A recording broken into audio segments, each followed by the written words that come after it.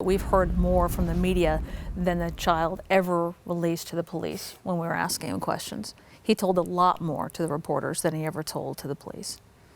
And there's a problem with that. I mean, if your child was in that school and you saw something like this come in, you would want to make sure, and it is our priority, to make our children safe in school, period. Irving is the 5th safest city in the country. We're very proud of that fact. We have a very professional police department. I'm very proud of them.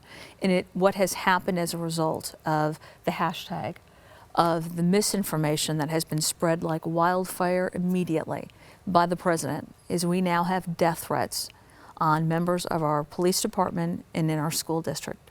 For what? For doing their jobs. For doing Sadly. their jobs and to make sure that our children are safe in that school. What's coming next?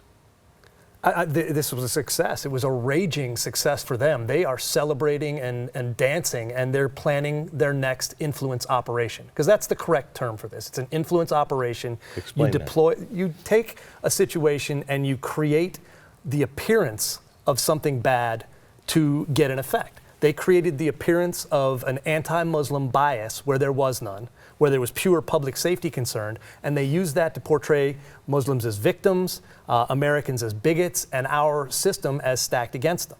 They will do that again, and what they're trying to do is censor any criticism of Islam.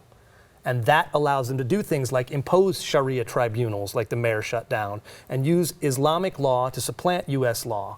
And they're going to be more successful the more the media helps them by not being concerned that this is actually happening, by just looking at the surface and not digging deeper. Beth, what should we do? What should we do?